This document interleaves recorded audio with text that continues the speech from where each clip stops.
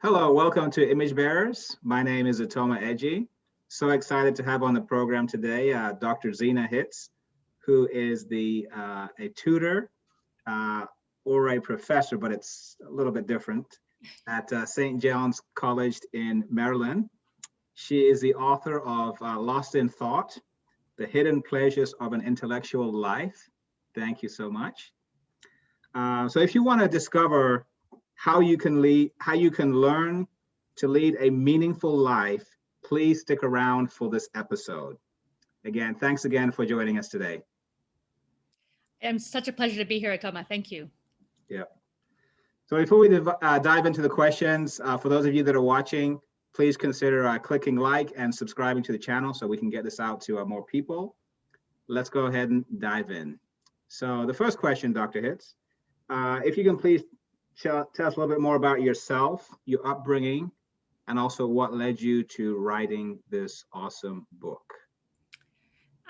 Thank you for that question. I grew up on the West Coast in a bookwormish family. So we liked to read, we liked to argue, we liked to discuss things. It was all totally useless. We didn't, none of us had a career in that sort of thing. And at least until I took it up as a career. It was very much a spirit of what I call leisure. That is, we did it because this was what life was about in some way, part of it, not because it was going to get us anywhere. And so for me, it was very natural. And of course, it was also a bit of a different era in the 70s, 80s. Very natural to me to go study the liberal arts as an undergraduate. So I went to St. John's, the college where I teach now, which is a very, very, very useless, very liberal arts focused education with almost zero pre-professional, strictly speaking, pre-professional value. It's actually incredibly useful for all kinds of things, but you're not on any particular career track when you're there. And I loved being there. I went on to graduate school in classical philosophy. And so I made the transition from being an amateur lover of learning as a young person, as a child, and also as a liberal arts student, into being a professional philosopher. And when that happened, on the one hand, I gained certain things. I gained a depth in expertise. Mm-hmm. A depth in understanding and a breadth of vision. But I also lost touch with my original motivations. So I was in very elite programs and I became, or in a way it appealed to what was there already, very status conscious, very competitive. And that was really driving a lot of what I was doing as time went on. And that took a toll on me over time. So I eventually found I wasn't getting much out of the life I was leading as a professional academic, as a professor at this point. And I wanted, on the one hand, a life that was more connected with the suffering of the world. So more connected with the needs of people. And I also wanted a life that was a bit more authentic in some way, that felt like it was true to that learning for its own sake that I had started out with as a child. And that drove me to eventually leave the profession for a time. I lived in a religious community in rural Canada called Madonna House, a Catholic community. Mm-hmm. And so I spent those 3 years really without much opportunity for intellectual work of a serious kind. I could read a bit, talk to people about things, but I couldn't study anything in depth. Mm-hmm. And so but everything else was really, in other respects, it was a very rich life, both spiritually and personally and in all sorts of ways. So it helped me to clarify for myself that time how I might fit in this intellectual interest into a fuller human life and a life that was centered on service, loving service. Mm-hmm. So that led me to leave the community, to come back to my college, to put teaching really at the center, and a kind of personal style of teaching like the kind we have at St. John's. And also to share the vision that I had begun to see of intellectual life as being for everyone, as being for ordinary people, and that professionals lose their bearings when they forget that. They need to remember that what they do, they might do in a different way than an ordinary person does it, but in the end, it has to be going back out to people, to ordinary people, so that they can become more thoughtful, more reflective, have developed for themselves resources for their own growth and reflection. So anyway, that's my story. Thank you. I think you must be very humble in a way, in the sense of, taking time out of your really, in so many ways, very high profile career to, go into a situation that is definitely for contemplation, but not a lot of people would do that because of the esteem and what are people going to say and these kinds of things. How was that for you? It was very difficult. It was probably the most difficult thing that I ever did. I think, honestly, I was helped by another aspect of my upbringing, which I've talked about a bit less, but, I grew up in the San Francisco Bay Area in the 70s and 80s, and it was a time of radicalism where people really made choices to live radical lives out of a sense that what was wrong with the world couldn't be dealt with in a way that was totally incremental. It had to be in some way confronted. Mm-hmm. And I've had you live with that kind of attitude for a long time. And for me, it's gone through many changes. So, I grew up, I grew up in a very secular background. I wasn't Christian at all. I had a conversion as an adult. Mm-hmm. So I think it was after that conversion that I started to see that attitude a bit differently. And I think that helped me because I had this, so to speak, in the depths of my constitution to think in a way that was radical because of the way that I grew up. And that helped me to do it. I mean, it was also true, and I think this has happened to other people in similar situations. My life really felt unbearable. I really felt like I couldn't do it anymore. So something had to change. And that also helped me to do it. But it was extremely difficult. I was very afraid of what people would think. It was very hard to say goodbye to everything, not knowing when I was going to see people or things or activities again. But I'm so grateful that I did. I think it was really, by far one of the really biggest, apart from my conversion itself, the biggest turning point in my life. It was, things since then have been different. And I think it's partly because of that grace I received to put everything out there, just let's just pour the silverware out of the drawer and see what comes up. So I hope that that's encouraging to anyone who's listening to this right now and thinking about doing something similar. Like just, be careful about it, think about it, talk to wise people, but don't be afraid to do it if you're confident that's what needs to be done. Mm-hmm. So in your book, you distinguish between the curious reader and the serious reader. Can you kind of explain the difference a little bit? Yes. So it's really not just about reading, but about two different attitudes to learning. Mm-hmm. And learning in a really broad sense, learning in the sense of what we take in from the outside world. Curiosity is, I actually talk more directly about I think of curiosity as being kind of a love of spectacle. So it's when we use our senses to seek thrills, to seek excitement, to be distracted or entertained. Mm-hmm. That probably the most common thing nowadays is, people have these social media or YouTube addictions where they just, they have to keep looking at the stuff, sometimes the same things over and over again.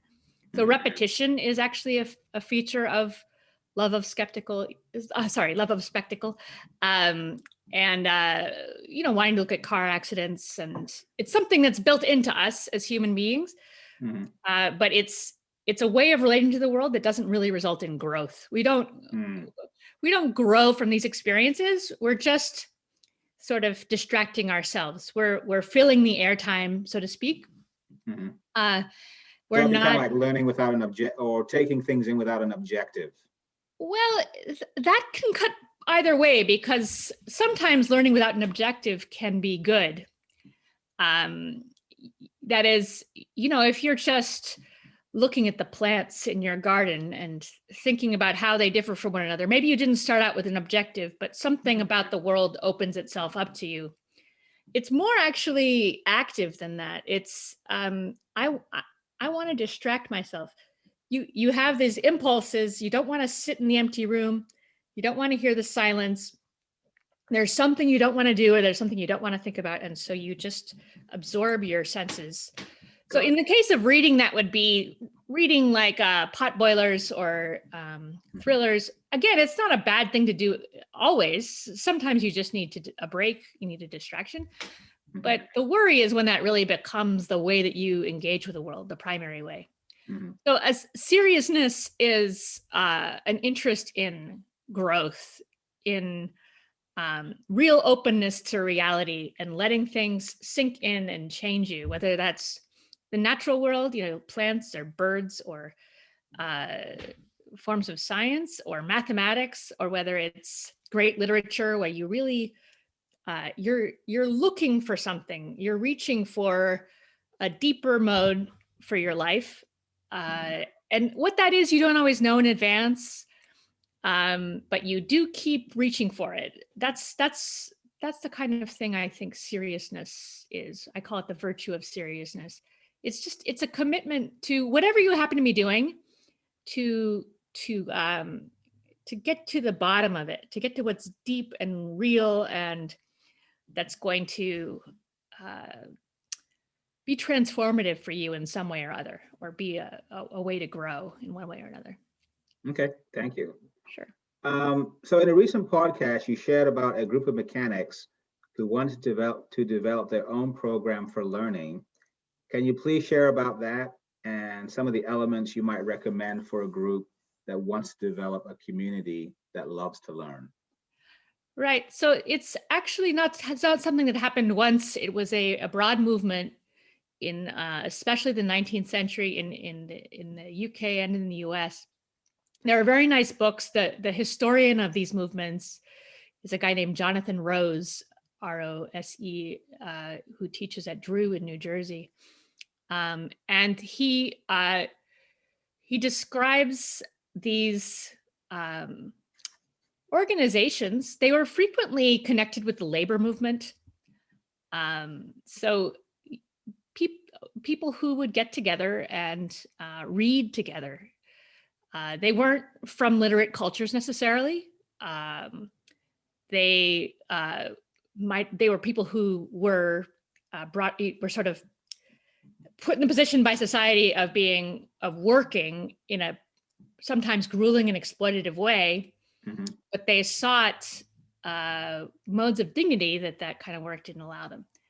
So it's worked into the labor movement in the 19th century and the early 20th. And you see some vestiges now. So there's a place in San Francisco, for instance, called the Mechanics Institute Library. And that was originally a mechanics institute. That is one of these groups of working people who established a library, had chess competitions, read Plato together, read great literature together. So there's definitely a history that's not only really interesting and not so well known as I think it should be, but it's also very inspiring. And I think right now, when education is really in a big crisis at a lot of levels, and the best things about it, I think, are being further and further removed from the possibilities of ordinary people. And I think that one thing that is possible for us is to form communities of this kind. And it can be very simple. all you need is a few people and something to read. And, you might have said a meeting space. So, the public library or a coffee shop or something like that, or someone's Zoom. home.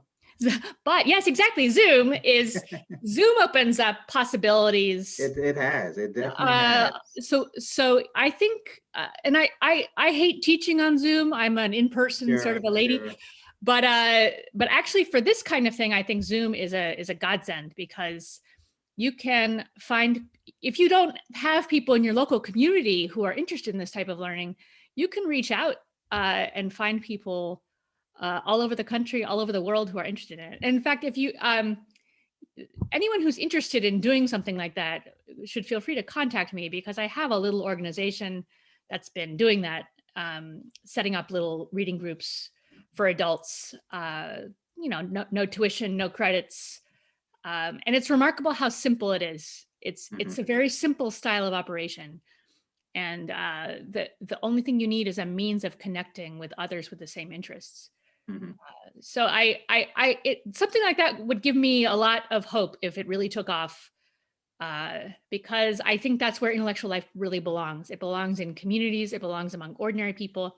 It's really a collaborative enterprise. Some of us have a lot of education, and we can share that with others. And I think that's good. But that doesn't mean you don't have to be a professional to love learning and to get a lot out of it. So is it as simple as deciding on like a book to study and a group of people and a level of connection, or is there more that you would add to that? I think that's the fundamentals. Okay. The tricky part, and the reason why I thought it would be good to actually start an organization along these kinds, the tricky part is there are certain habits which make these conversations run a bit better. And it takes a little time to learn them. So from my point of view, one of the things that can go wrong in a group of this kind is people start to everyone becomes the professor rather than everyone learning together. Everyone does their Googling and their Wikipedia reading, and they come just stuffed with facts. So I'm sure we've all had this experience. You sit down to talk about something and someone says, well, actually, to the ancient Greeks, and they start giving you a little lecture on something they read. And I think the habit that needs to be embodied in the people that run these groups, or sought by the people in the groups, is to ask questions without obvious answers, to really try to just set aside that kind of encyclopedic exchange. Yeah. Because that isn't what it's all about. It's not terrible, but it's not real collaborative learning, where you ask a fundamental question.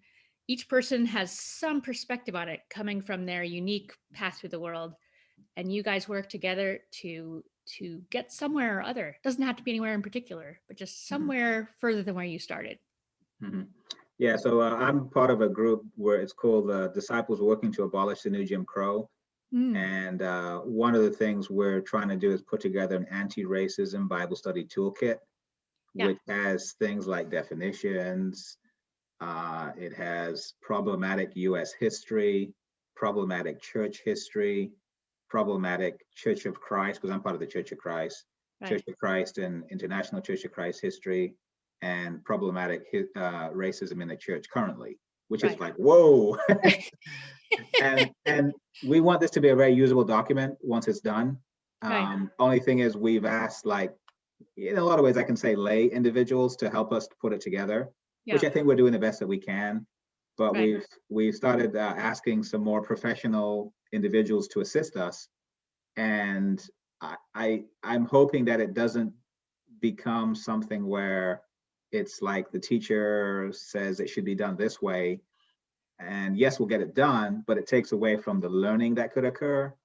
So trying to balance that, both aspects of that. So maybe I'll get your input, as we continue to kind of put that together, because we want to have something that's great at the end, like I said, that's is usable, but we also want to have the period where everyone's learning and growing and having that dialogue and that interaction. So I think it's very hard for people to believe it, but you have to see it through experience. But you can trust people with really good books. So Mhm. if you give people The Souls of Black Folk, or the autobiography of Malcolm X, or some of these great, more contemporary prison memoirs, you can really, people's eyes will be opened, not necessarily in the way that you thought in advance, but they will be.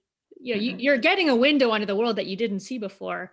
Mhm. And part of what's really challenging about this type of teaching or this type of leadership is to really trust people to process that stuff, and you can then have a more open-ended movement that comes from the responses that individuals have to this material, which is true and deep and profound and insightful and reveals parts of our world. Mhm. But to trust people like that, it's very challenging. I have trouble with it myself. I speak from experience. So yeah, but I'd love to talk to you about that sometime. Yeah. Thank you. Thank you. Uh, So in your book, you mentioned, I mean, a lot of people, like it's amazing. You mentioned the Virgin Mary. You mentioned Malcolm X. You mentioned St. Augustine. But the one I want to focus on right now is Dorothy Day. mm, And so she was someone who didn't want to just be a lover of books, but she wanted to really live them out, live out the lessons that she learned from them. And so in your book, you state that she learned to love humanity and live accordingly through serious reading and a constant attempt to love what she read. So I think that's just amazing. And I think for me, I'm someone who loves to read, but I don't want to ever divulge into just reading without like a reason for that, the curious versus the serious in a sense. So can you share a little bit about, Dorothy Day, who she was, and then also just a little bit more about what you learned and how like reading helped her to really be an activist and this kinds of thing? so Dorothy Day was, I think, born around the beginning of the 20th century and died somewhere near the end of it. And she was born into a middle-class Chicago family, white family. And I'm not sure quite when and where it started. In the early 20th century, there's a lot of social tumult, anarchist movements, labor movements. And she got involved in that some way or another as a young person. So she had a kind of conversion from middle-class normality to a kind of political radicalism. And Kind of a Jane Fonda of sorts. exactly like a Jane Fonda of sorts. So she part of her story that I relate in the book is she's at a suffragist protest. So these are women protesting for the right to vote, and she's arrested and thrown in jail. And the jail has this effect on her. She, she's a person from a cushy background. She gets out in the end. It's not like she's stuck there, but she hears, or she gets in touch somehow with some of the suffering of the other people that are there. And she's not religious at this point. She's an atheist, but she starts to recite the Psalms. Hmm. Out of the depths I have cried to thee, O Lord. And she feels that somehow that psalm is written from the heart of everyone who's in that prison. Hmm.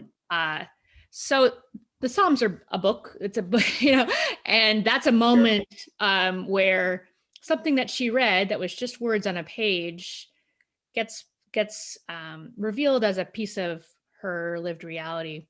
Mm-hmm. So she has a second conversion. She becomes a Catholic.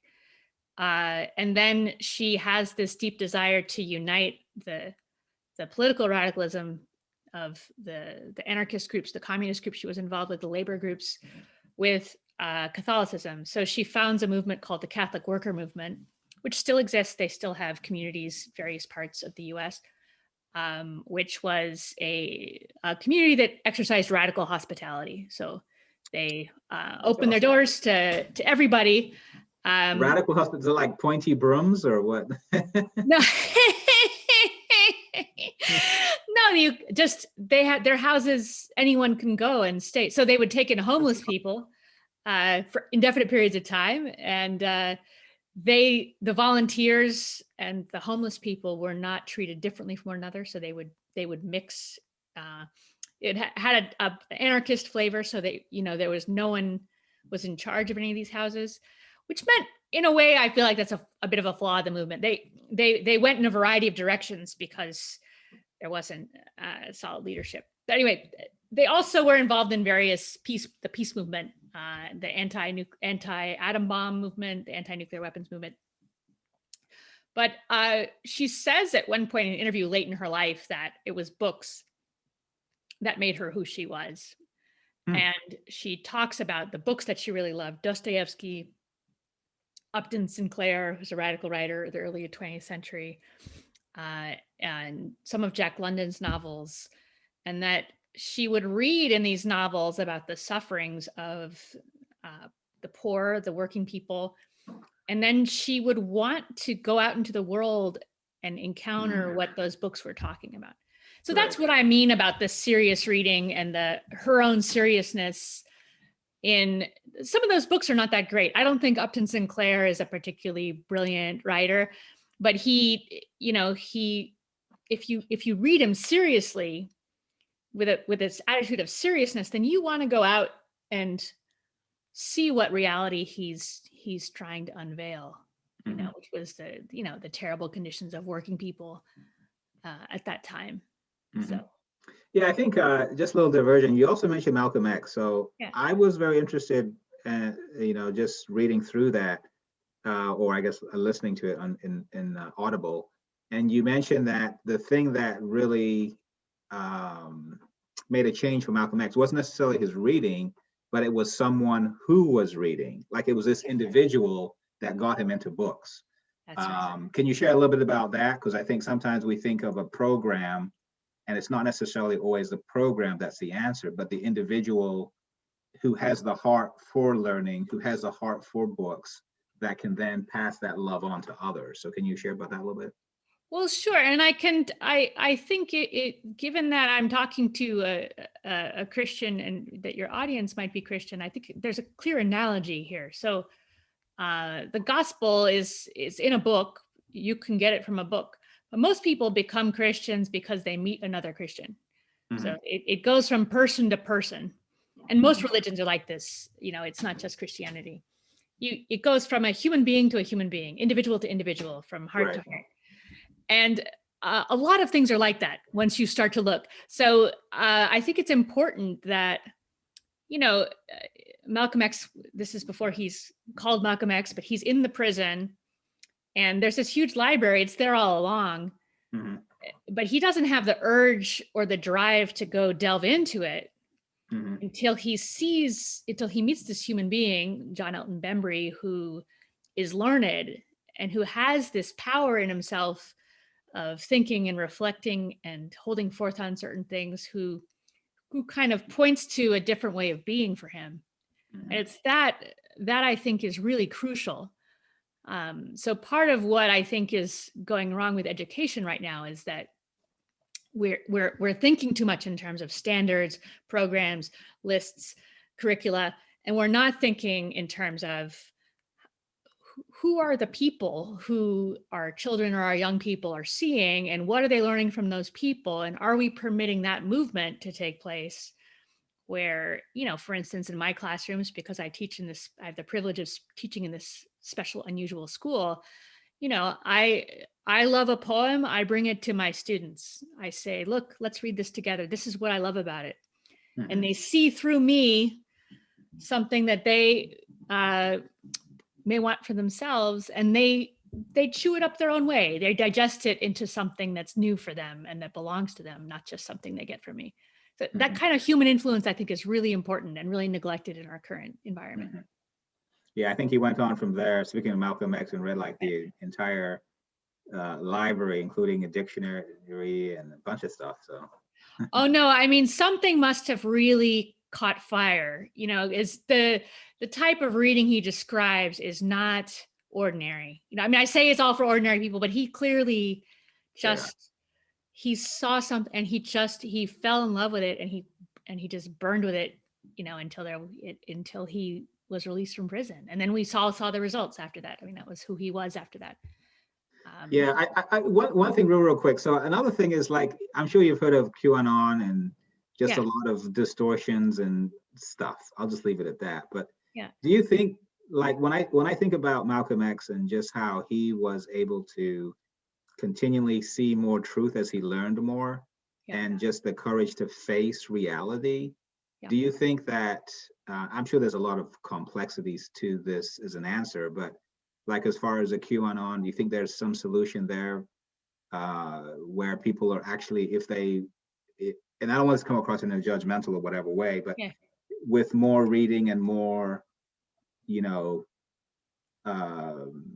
these kinds of things that can help those kinds of individuals to see the truth and face some of those realities? Or what's your thoughts? I think that something like that is true. I mean, and I think Malcolm X is again kind of a good example, because the Nation of Islam that which was the first group he was really involved with, they thought some stuff that was a little out there. I mean, Sure. and there were aspects of that group that were a bit like a cult, right?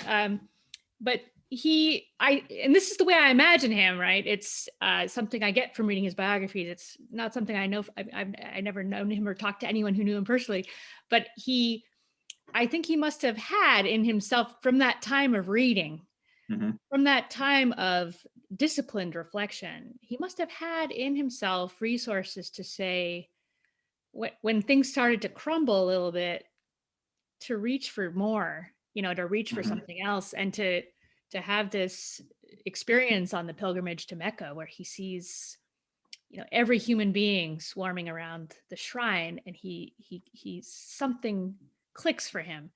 That doesn't happen by accident. That doesn't happen automatically. It happens because someone has really built an inner life for themselves and are able to reach out to it. So yeah, I do think it's hopeful for anyone who falls into conspiracy theories. And I think we can think about that without judgment too, that, there's a reason why Black people, especially of that era, would have been taken up by some of the crazier stuff in Nation of Islam, because what do they trust? I mean, there's no reason to trust what the authorities are telling you.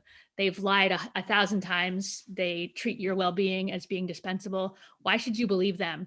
And that opens you up to be vulnerable to certain kinds of deception. I think that's probably true for a lot of the QAnon people. I think there's justified mistrust behind all that of the authorities and the way they've been treated. And, you want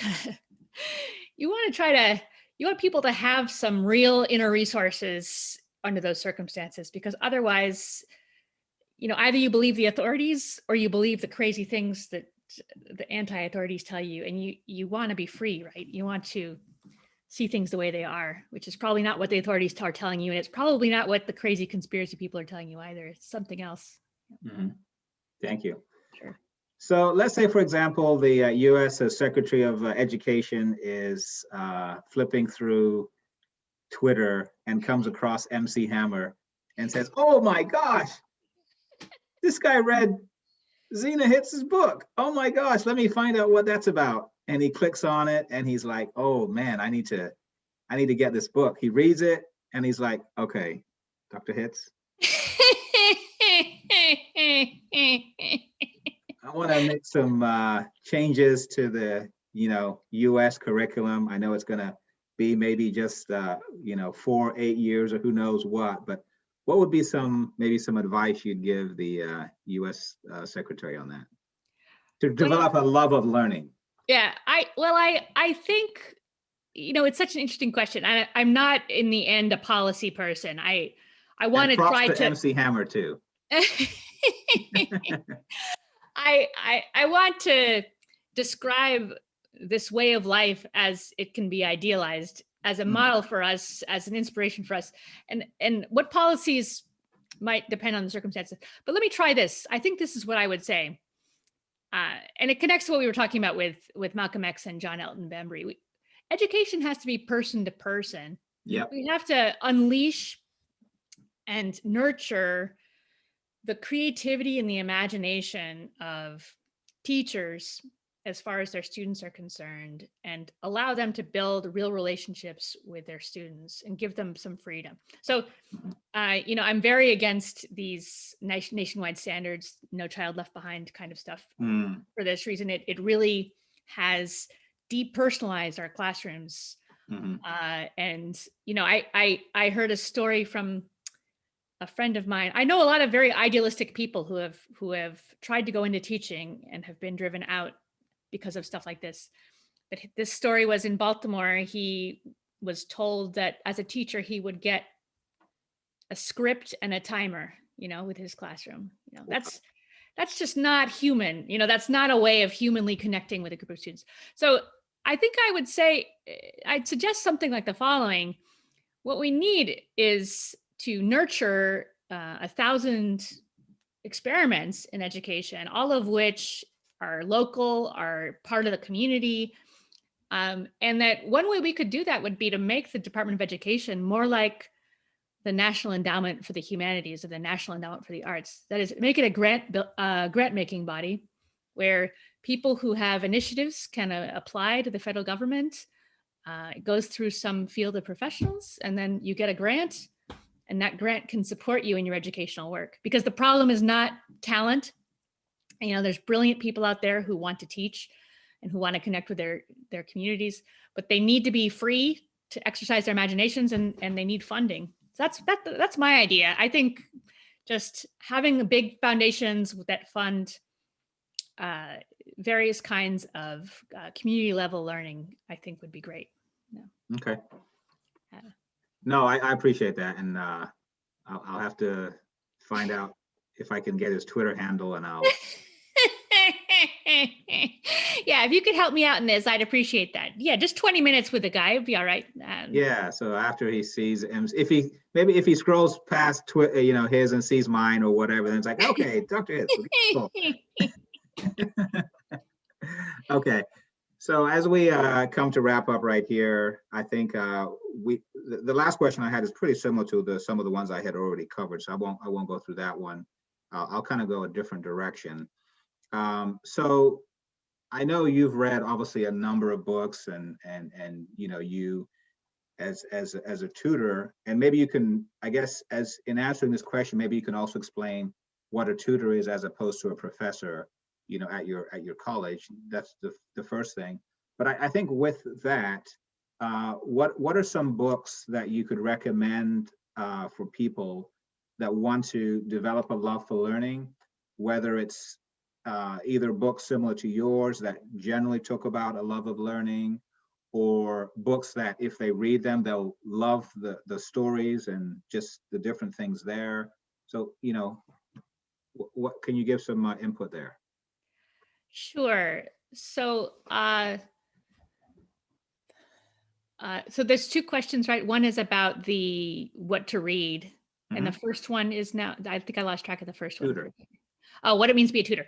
Yeah. So I teach at a small liberal arts college in Maryland. There's also a campus in Santa Fe. And the faculty call ourselves tutors because our learning style is collaborative. So our classes are all discussion classes. They're based on reading and discussing great books. And we don't put our agendas into the classroom. We let the students work from their own fundamental questions and work together towards what learning matters to them in particular.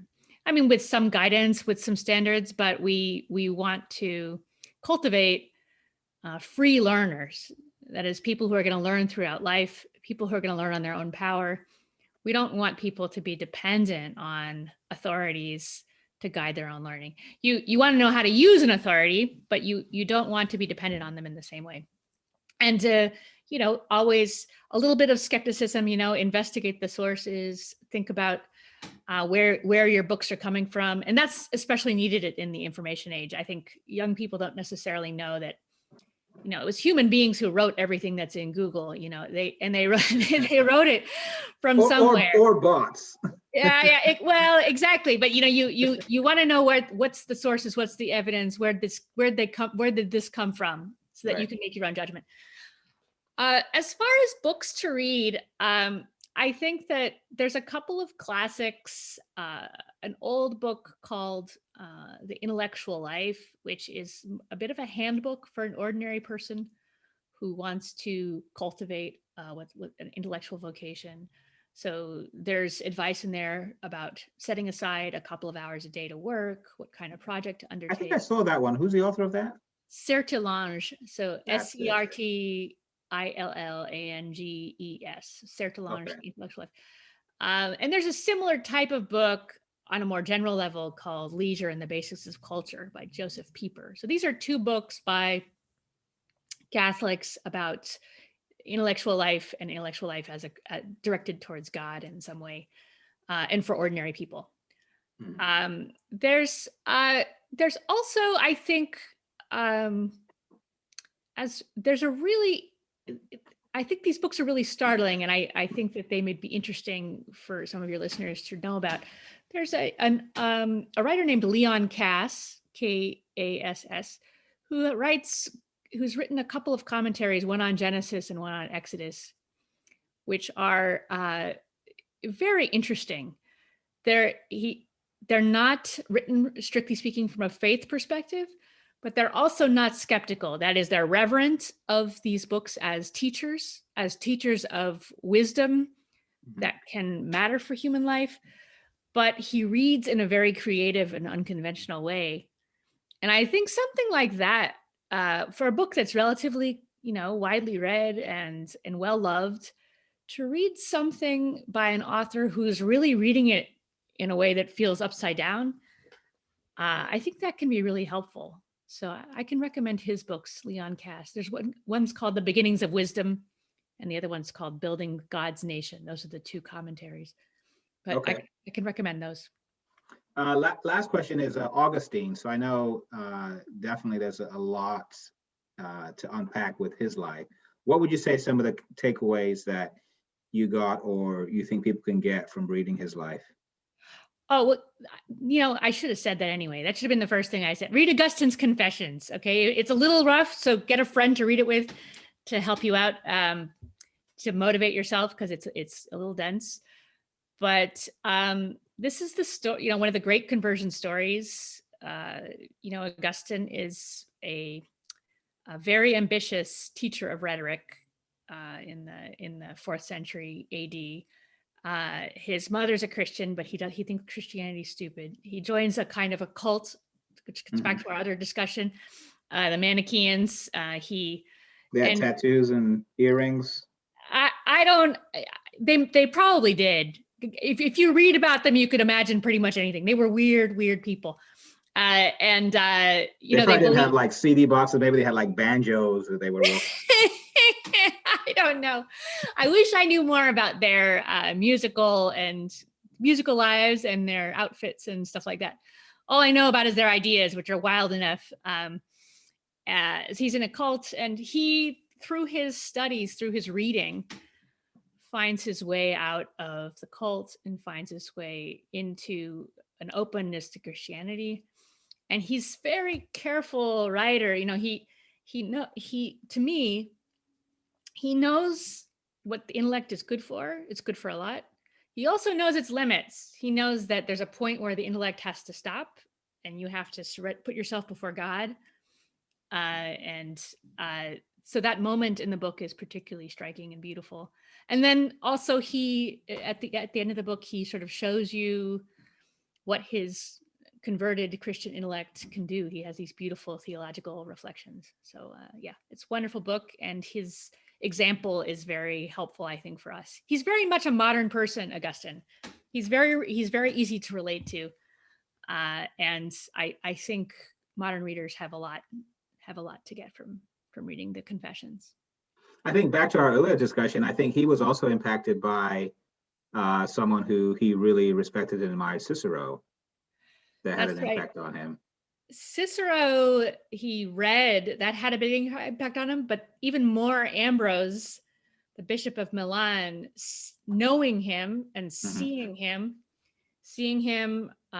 There's this passage where he talks about seeing him read silently in his office. This is a very, very busy man. He's a bishop. Is like someone who has no free time, but he would steal these 5 minutes and read quietly in his office. And Augustine talks about seeing that, and it's a John Elton Bembry moment. He thinks, I want what that man has. I want that kind of freedom and that kind of peace. And that's part of what gets him on this, helps him along in this journey that he has. Well, thank you. So I think for me, some of the summary is, you've given us some recommendations of some different books to look into. I think one of the big takeaways is making sure that, we develop a love for learning, not for its own sake, but, kind of similar to Dorothy Day, for a specific reason.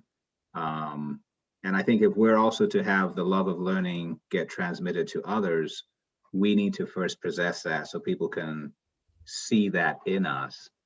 I also think it's very hard to do in large groups. That's kind of one of the takeaways that I'm getting. I mean, I suppose it could be done, but it's more so, in community that this quote bug can be caught. So. Yes, that seems just right. Thank you so much. Thank you. So how can people find out more about you? And do you have any other projects coming on the line? So just sits back on the screen. Here's my book. Yep. Lost in Thought. I have a webpage, zenahitz.net, where I post reviews and various news like that. I have a Twitter feed that I pay a bit too much attention to. So you can always check things out there.